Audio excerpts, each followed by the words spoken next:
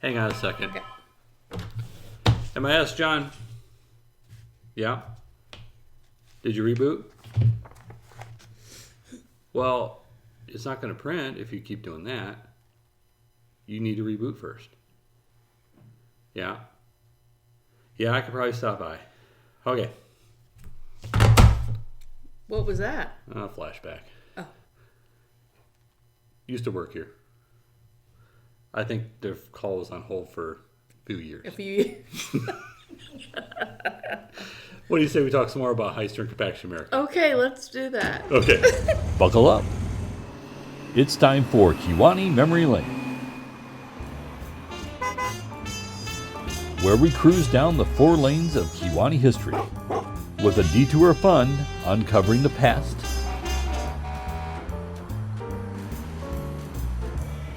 coming to you straight from the Kewanee Historical Society in the heart of downtown Kewanee.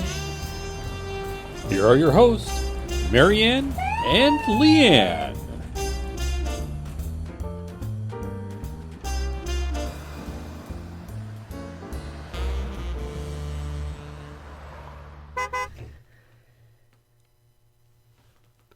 Hi, I'm LeeAnn. And I'm not MaryAnn. I'm John. Hi, John. It's great to have you here in front of the camera. It is. It's a little bit different view, you know. Yeah. And I was going to say, people are watching me now. Yeah. Hey. So. We met some groupies today of me and MaryAnn. Maybe you'll have your own.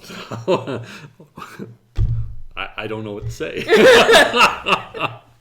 It's hard to replace us. It is. It's really hard. Because we are the bomb. So. Anyway. But here we are, back in the Walnut Room. Yes, 2000 Kentville Road. Okay. So plant 2 for Hyster. So this was built in 66. Okay. And we just talked about that. 220,000 square feet is this whole plant. Wow, that is huge. It is huge with high ceilings and cranes that go the span of the entire building out in the factory.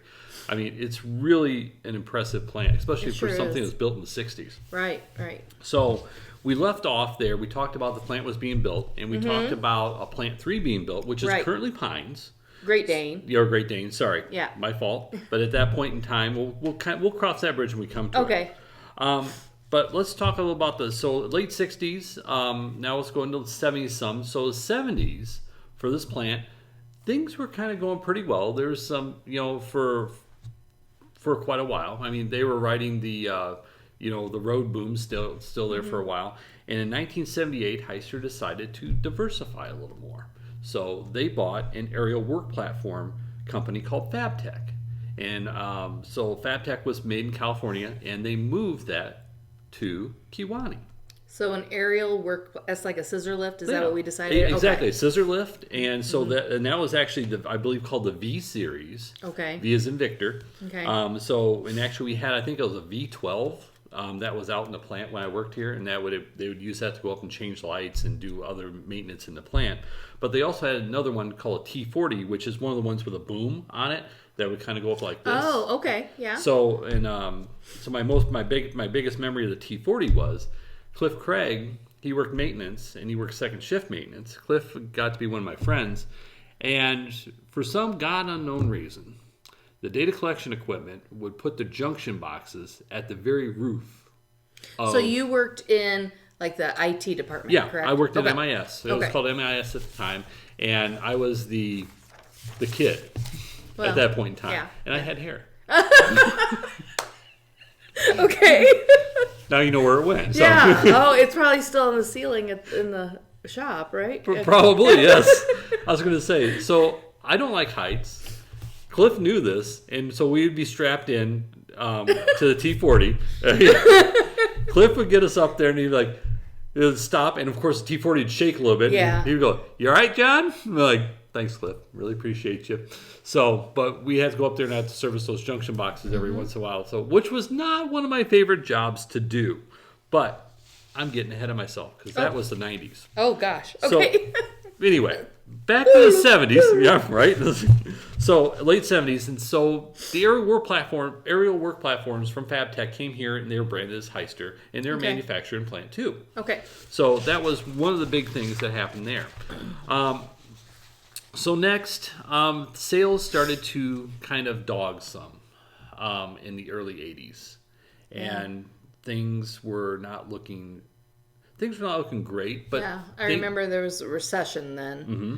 I remember waiting in line for gas, so I can't believe that there would be a lot of need for compaction equipment. Right, and I was going to say, and that's so things started kind of going not too bad, but a little bit south. Mm-hmm. So Hyster decided that they were going to close the original Portland location, and they were going to move stuff to Illinois.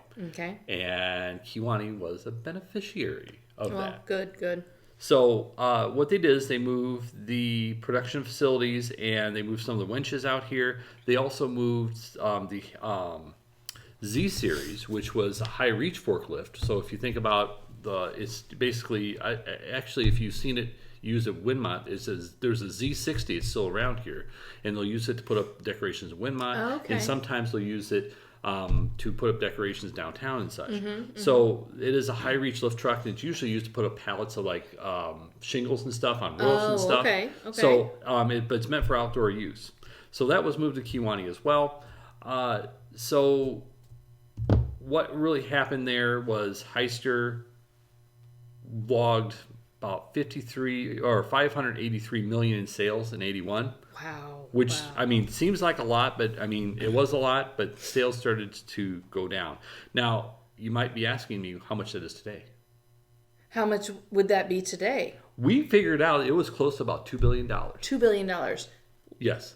Being $2 billion, 583 created million. in Kewanee to be sold. That is amazing. So, yes. Well, I'm not just in Kewanee. That was Hyster Global. Oh, Global. Okay. So I was like, woo. Well, let's take a minute. Let's talk about Hyster Global for a minute, because that's one of the things that I don't want to gloss over. So when I was talking to Steve Wilson, Steve had told me that Hyster was a global manufacturer, and it really was. And who, excuse me, who is Steve Wilson? Steve Wilson is actually my first boss. Okay. So, so he worked here. Yes, he worked here. He worked his entire 46-and-a-half-year career working for everyone from Hyster all the way through to Bomag. Okay. So Steve was telling me that, what were we talking about again? See what you did to me there? Thanks, sorry, I didn't mean to get you off. We were talking about, I don't even know anymore. Well, all right. So we'll just go right moving back into on. it. So, but Steve was talking to me about just the amount of manufacturing Hyster did across the world. Oh, yes. So, global Hyster. That's what we were talking about. So Hyster manufactured things around the world, and a lot of times they would manufacture stuff for other people as well. Okay. So they were a very good manufacturing company, and they were leading manufacturing in many different segments at that point in time in the world. Mm-hmm. They brought a lot of the stuff back to Kewanee, and some of the stuff they developed in Kewanee, it also went elsewhere to improve processes, etc. Mm-hmm. Another person I talked to was Dave Reeves. So Dave got the nickname of Barney. So, yes, Barney. Okay. And it had to do with Barney Oldfield. And Barney Oldfield was evidently one of the first race car drivers. Okay. And he won a lot of things back when there were dirt tracks and such. So back in the early 1900s. So they nicknamed Barney Oldfield because when Dave came to work here, he worked in the office, but Hyster said, hey, you need to go work in every department, including the shop. And so he actually ran the forklift so fast down the aisles that they call him Barney Oldfield because he was going that quick. I bet you he was the reason why people have to be trained now. She didn't mean it, Dave. I swear. No, I don't mean Dave. But Dave said that was something he wished that other people would do as far as factory, because then you got to learn what was going on in other areas of the business, right? So that way you could appreciate. Yeah, and how everything was connected. Yeah, and if you're in sales like Dave was, then he wouldn't be out there going, well, why can't you make that part faster? Dave had an appreciation for how they actually created stuff. Right. So that was one of the things that he had told me about, which I thought was pretty cool. Yeah, that is cool. So yes. So let's fast forward to 1984, and now we're into a hostile takeover of Hyster by Kohlberg, Kravis, and Roberts Company. So they tried to go ahead and they made a stock offer, and they were trying to buy the Hyster Corporation. Why? They wanted to get it, they wanted to break it up, and they wanted to sell it for cash. Just like in Pretty Woman. Sorry, we had to bring that up. But it wasn't in Pretty Woman, was it? Not Hyster, was it? No, Okay, it was okay. Mr. All right. Morris's company. Oh, Mr. Morris. Okay, all right. So, all right. But yes, but that was the theme of the '80s, was that they would buy up. A lot of other companies would buy them up other companies, and they would piece them out, which is still done today, unfortunately. Right. But so Hyster management actually worked with ESCO, which, if you remember from the first episode, ESCO was one of the original majority shareholders of Hyster from 1929. Yeah, I remember you saying that. And they worked with them and other banks to leverage a private buyout of Hyster, and they actually took Hyster private. So it became a private company. Okay. So who owned Hyster? At that point in time, ESCO did. Okay, But ESCO. from a majority standpoint. Okay. There were other banks and stuff that went ahead and gave money, but ESCO was really in the driver's seat. So at this point, everybody Kewanee related was no longer on the board of directors. Well, not board of directors, but ownership of it. It was. So what's unclear to me, because I haven't been able to find this out, so for example, so you're let's say you were the president of the plant here in Kewanee at that point in time. Right. A lot of times those presidents would have stock options. Okay. Yeah. So you would. Yes. Okay. So either one of two things happened. Either they went ahead and they retained their stock and retained part of their ownership, or they sold the stock. But I'm unsure of that because there's no tracking of that. Okay. But there is a possibility. Okay. So they took them private. So now they're not in danger of being, pieced out or anything like that. However, as you know, the 80s were not real good except for the Chicago Bears in 1985. Super Bowl shuffle. You got it. So, but let's talk 1985. Hyster lays off 80 people. And they said in the Star Courier article, due to a strong dollar and a similar sales slump, they laid off 80 and brought the total workforce to 320 employees.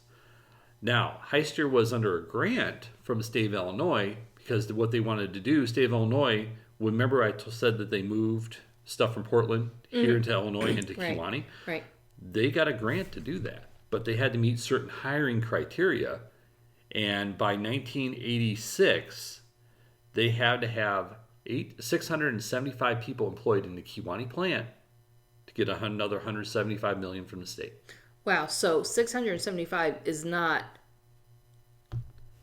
They had never had that many. Never right? had that many. Okay. So that would have been. So that would have been more than they've ever had. That would have been a huge high watermark for Hyster. Okay. Here in Kewanee. The largest record of people I could find that was published was over 400. Okay. So you're talking Wow. about another 275 on top of that. Yeah. And then part of me wonders, where would you put all those people? That's what I was wondering. Would this even having the two plants? Well, you had three. Okay, with the three plants, what would they be doing? The only other thing I can figure is adding extra shifts. Oh, okay, true. Okay. So adding extra shifts, and I mean, if you're going to get another 175 million, I don't know at that point in time if you could add. They have plenty of at that point in time, and still today, there's still plenty of property here that's owned right adjacent to this plant and owned next to this plant as well. So that is what that happened there. Now let's go to 1986. Things are not going well. Okay. From a Star Courier article in February 1986, Hyster president is optimistic that they can get price levels down to be more competitive with the competition. Now, the competition, they quote him saying the competition being from European firms like Bomag of West Germany and Dynapack of Sweden. So they actually mentioned Bomag Yes. in 1986. 86. Hyster management mentioned them. And so did, and they also mentioned Dynapack, which Dynapack has always been a large competitor for both Bomag and for Hyster. You gotta wonder, somebody was talking about Bomag before. I mean, this isn't just something they yanked out of Thin air? Okay. Well, I mean, but you're talking about 4 more years before. Yeah, right. So, well, I'm just saying things don't happen on just like that. Well, you might be right, but I mean, you can definitely see that Bomag was on the radar. Yeah, right. That's what I mean. Yeah. Yes. So then, February 10th, 1987, little thing called Con Expo. So where was Con Expo held? Usually, Con Expo is held about Las Vegas. Okay. So it's a huge construction expo, and it is a big deal. And when you're here and it's Con Expo time, everybody's rocking and rolling. Because what you want to do is you want to make all the units. That's what we call each of the compactors or different types of machinery we would want to make them very nice. Yeah. And there was extra details spent on them, and made sure that we had extra parts. And so if something got damaged in transport, that they could repair it out the show. And you want to put your best foot forward, because keep in mind, we had a dealer network. So it would be like you going to a car show and going, hey, Ford, I want to buy direct from you. Ford's like, nah, you got to buy from Gustafson's or whatever like that. You couldn't buy directly from Hyster at that point in time. You had to go through the dealer network. But you still want to put your best foot forward, and you want to make sure that stuff looks nice. Yeah, right. So at that point in time, they took out the compactors they took out there was the C330A, C340B, C350C, and then they had pneumatic tire compactor, the C530A, and then single drum compactor, the C582A. Okay? Now, they also brought out new products, which are smaller single drum compactors, a C830A, C832A, and a C766A, which is a double drum. Okay? Now, you're looking a little glazed here. All right. Do you know what the C stands for? Compaction. Compactor, yes! Oh, way to go, LeeAnn, yes! Do I get a taco? Later. Okay. All right. So then you're going to say, well, John, then there's a number, and then there is a letter behind it. You know what the letter behind it stands for? What revision of that model? So I can tell you a C330A. Oh, I see. Okay, so it's like the first one. Yeah, is the very first model. So then you can see that a C340B is a second, and then it goes up to 350C. By the way, all 3 of those, they're just different sizes of the same compactor. And that was a static compactor, which did not use vibration to actually compact the soil. It just used sheer weight. Okay. So like a yard roller kind of thing. Much bigger. Well, I know, but it isn't like... I know, but I'm trying to think in my head where I would have seen something like that. Yes, we'll have some photos shown, and I should have shown you some photos before. Well, it's all a learning. It is, okay. But the 766A one is a double drum, and it was a vibratory compactor. And that is one of the big products that we had. So that was the 1987 C766A. That was the very first one. Now, before the 766, there's this guy. Okay, I remember that kind of seeing that picture. Yeah, this is a C727. Okay, this did not have, from what I've been told, this did not have a lot of great success. But the 766 kind of changed all that. Okay. 766 That's a C727. Yep. The 766, which we'll show here in a little bit, that one was actually articulated in the middle, just like the C727, but it was totally redesigned. And I do believe Bill Smith was one of the principal design engineers on that. We had a lot of other design engineers. When I was here, Bill Stalzer was the head of engineering. Also, Jim Streetmatter was here. Mike Van Hefty. And let's see, there's a lot of people in engineering. I'm going to miss some. Lynn Schmelzer was one I remember as well. But we had a lot of really great people here working on stuff. Mm-hmm. So, but let's get back to... So now we've talked a little bit about this stuff, which there's a lot of cool stuff, and I do want to talk about the high-pack lineage and some of the different units later. But let's get back to talking about things. So they went to Con Expo, and Bill Kamey, said they were taking $900,000 worth of this equipment to Con Expo, and this is being put on trucks and going out there. Right. So they're hoping to hopefully sell a lot. So like, how much would one of these have cost? Is 900,000 like two? Oh no, this is all this together. All the stuff I just named That is just as I know, but you said they took $900,000 worth of equipment. So what would $900,000 get you? everything I just named. The Oh, C330. really? Yeah, at that point in time, that $900,000 Well, would have got I you all think that. those are reasonably priced. Then. Okay, I'll let Bill know. We'll put you down for 4. Okay. Well, sure. I'll gladly pay you next Tuesday. All right. Okay. Compactor today. Moving on, we'll go to September 1987. ESCO sold the aerial work platform products to Genie Industries out of Redmond, Washington, which I do believe Genie is still around today. This was the beginning of just a long, severe downturn for the construction equipment division of Kewanee. Yeah. Things did not start looking up for them. As a matter of fact, they were hitting a really bad slump.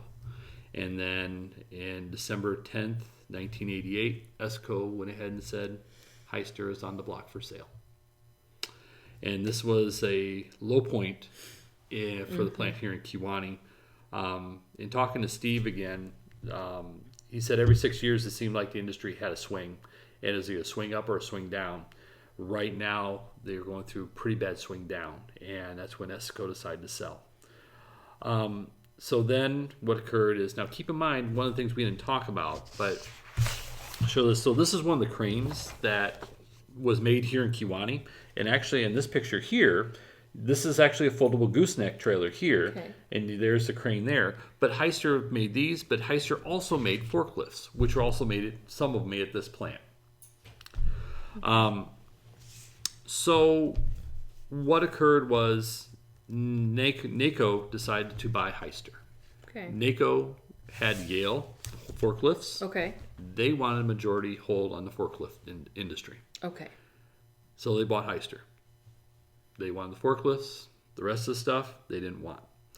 So the pending sale was announced Friday afternoon to nearly 300 employees at the Construction Equipment Division in Kewanee.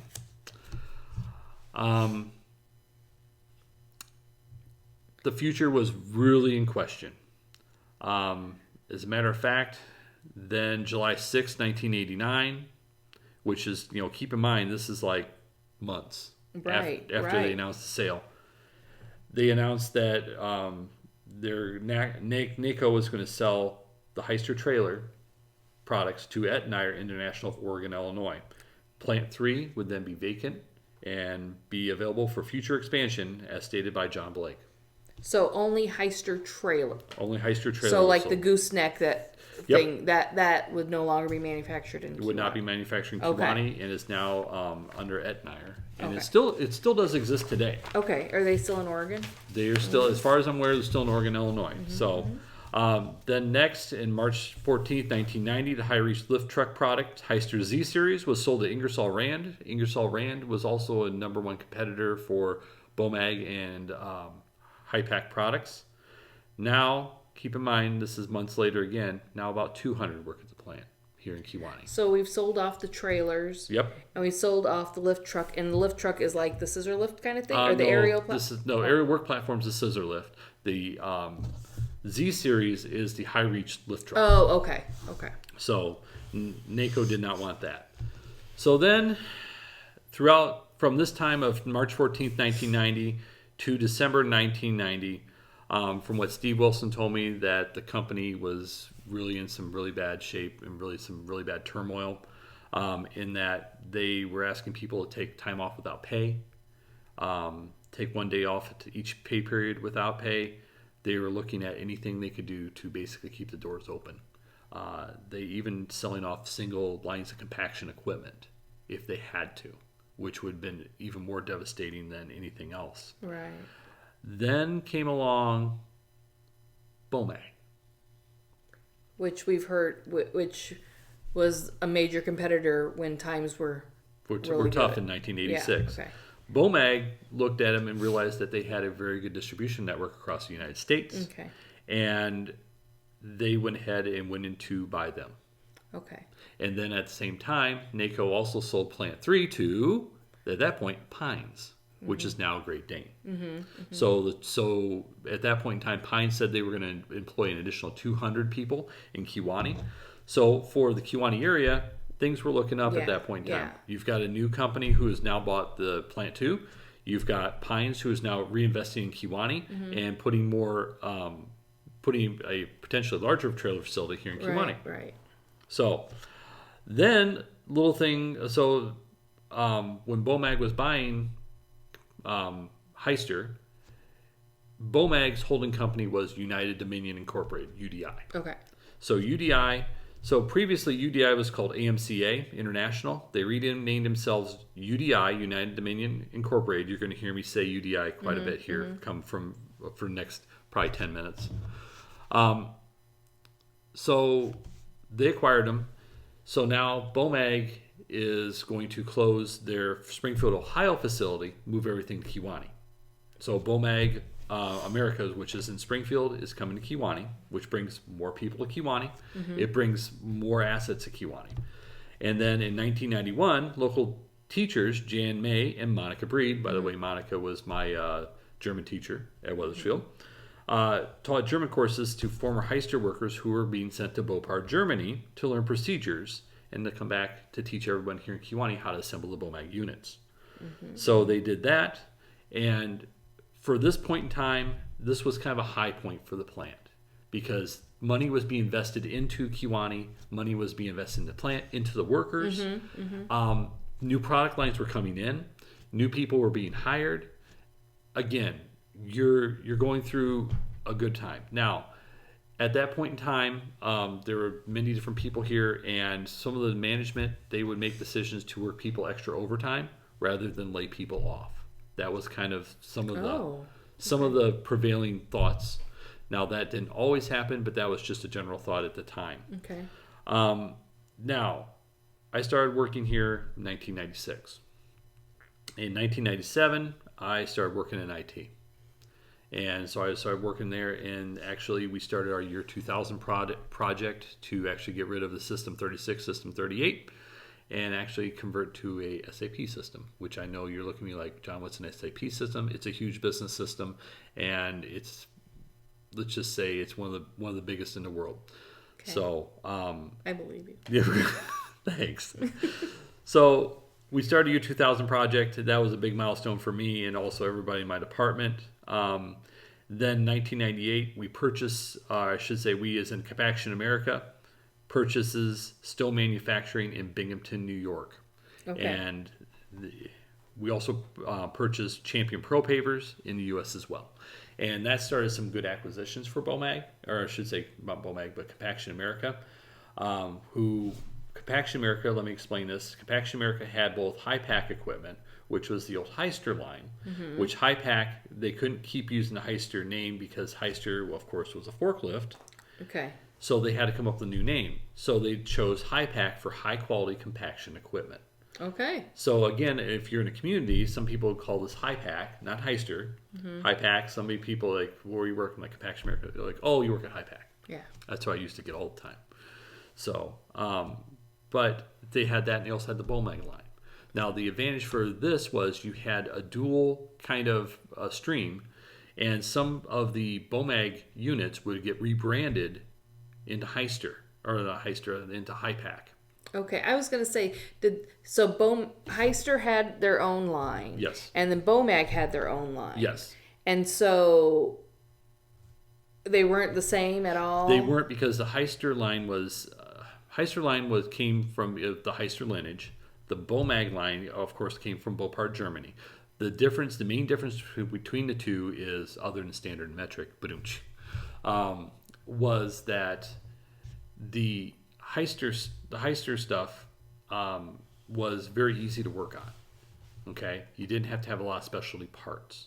Okay, there were some specialty parts that were manufactured, but realistically, if you had a good mechanical knowledge and stuff like that, it was very easy to work on, and there was not a lot of stuff to go wrong. Now, the Bomag stuff, again, it was good equipment. It's very good equipment, but it has a lot of electronics with it, and so you really had to be up on your electrical game, because you had to then. It was a higher level of troubleshooting, to put it that way. It was a bit more complicated, and to assemble the Bomag unit. So, to give you an example, And I'll see if I can find a picture of this. The C766A would use a regular tire, and they would basically kind of clamp around it for a vibratory compactor. It's a standard tire. You can get those anywhere. Germany would use what they call a gummy puffer. Okay? Yes, exactly, right? So what it was a specially made part where it had rubber in the middle, and then it would have 2 screws coming out of plate on either end, and that would be the isolator for the compaction. Were those readily available in Germany? Only from Bomag. Oh. Okay. So yeah, so it's more of a specially made product. Yeah. But and so I mean, not to get down the deep too much, and probably Steve Wilson's probably looking at me going, John, I can't believe that was a terrible explanation, but that's the best I got. Hey, I kind of understood that, so okay. Okay. So we've acquired Stowe, where I met a lot of great people there. And then in 1998, there was a 9-week strike at the Kewanee plant, which is the low point in labor relations. It caused the company to lose market share, and for Bomag Germany to take back more than a few product lines so they could keep manufacturing and try not to lose too much more market share. So that was kind of a low point in there. So then after that, after the strike ended, everybody in the company tried to do their best to rebound and keep going. And things started looking up about a little bit after 2000. Things were moving in the right direction. Then in 2001, UDI, which is United Dominion, which included Bomag, Compaction America, were sold to SPX Corporation. Okay. SPX is, remember you referenced earlier about somebody who grabs something and parses it out? Yeah. SPX. Was it led by Edward Lewis? I don't believe so. No, I don't believe that's the case. But SPX. If you know, you know. You're right. SPX. Their idea is they want to maximize cash flow. So in maximizing cash flow, they want to maximize their shareholder value. I was employed here when SPX came here, and they would basically, the mode was cut spending, cut spending, cut spending, cut spending. It even got to the point where they were cutting headcount. And They were in survival mode. yes, and so they were basically getting SPX was making it so that everybody was profitable and that everybody was making a profit, and it was good for their shareholders, not necessarily good for people who were working there. Yeah. So then in 2003, hold on, I missed this one. 2001, Bomag sells Stowe Equipment to Multiquip. So Stowe Equipment which was also rebranded as Bomag Light Equipment for a while, got sold to Multiquip. Then in 2003, Compaction America acquires Gilchrist Pro Paver Equipment Division based in Warrensburg, Missouri, and Compaction America is now named Bomag Americas. Okay. At this point in time, the old Hyster product line, the high pack product line is now not existing as much. Yeah. Due to lack of investment in it. So then in 2005, Bomag's acquired from the SPX Corporation to Fayat Group of Bordeaux, France. Yes, the same place where they make the wine. Hence the name Bordeaux. Bordeaux, that's right. So this was really a good thing for them because this really stopped the spiral of just the cost cutting and started some more investment back into the companies. Okay. And so for a while there, again, Bomag was kind of on the upswing, and this was now called Bomag Americas. Then you have, in 2013, they acquired Cedar Rapids Paver and CMI Recycler from Terex Road Building. By the way, Terex is another major equipment manufacturer. Okay. Made compactors as well, another competitor, but they managed to acquire that from them. And then we're down to the very sad point in 2014 where Bomag announces that they're going to shut down the Kewanee plant and they're moving to North Carolina. Yeah, I remember that time. A lot of people were given the option to move with them. A lot of people did. A lot of people did not. So yeah, it was a sad time when that was announced. It was very sad. My mother was working here at the time, and she had to make a decision. Right. She decided to finally stay. Initially, she hadn't thought she was going to go. Oh, but, really? Yeah. but she decided she was going to stay and be around family. So, but it was a very, very emotional time. Ended the reign of construction equipment here in Kewanee. At one point in time, we were one of the world leaders of compaction equipment, and we sold a lot of stuff out of here. As a matter of fact, there's stuff from Kewanee, not only from Kewanee Boiler, but also from Hyster, Martin Equipment. By the way, there's some trailers out there from the 60s that are still for sale. Right. But stuff from Kewanee's around the world. Oh, sure. And I mean, you can still, it's Illinois. We were going to see construction all the time. Yes. So, and you can still see high pack. Yeah. On the road and everything. On the road and everything. So. Well, LeeAnn, thank you for sitting in on this. I'm sorry I got you off track. You're fine. You're fine. So one thing is, so I want to thank a few more people again. So again, I want to thank Steve Wilson. I want to thank Alice Connor a lot. So you guys, I got a lot of material from both of you. So thank you so much. Again, it was great catching up with you both. Also want to thank everybody on Facebook. MTM Trailer. Thank you so much, MTM. MJ Lehman is the CEO here, and he approved it. And Patty Neipert, thank you very much, Patty. Yes. I texted her. Our boys were in ball together, so I texted her. I'm like, hey, could we get out here? She's like, sure. Yeah. Let me check. So yes, so we appreciate all of you. If you've enjoyed this, we really want to hear more from you. Right. If you want to share some memories on our Facebook page about Compaction America, Hyster, whatever, we would really love it. Yes. And then in ending, I asked my mom for something, and I'll just kind of paraphrase this. She says she was very proud to work here. She worked here for 21 years through the ups and the downs, and she was always proud that everybody could pull together and we could make something really good. So thank you, and we'll see you next time. See you at the museum. We hope you've enjoyed our episode.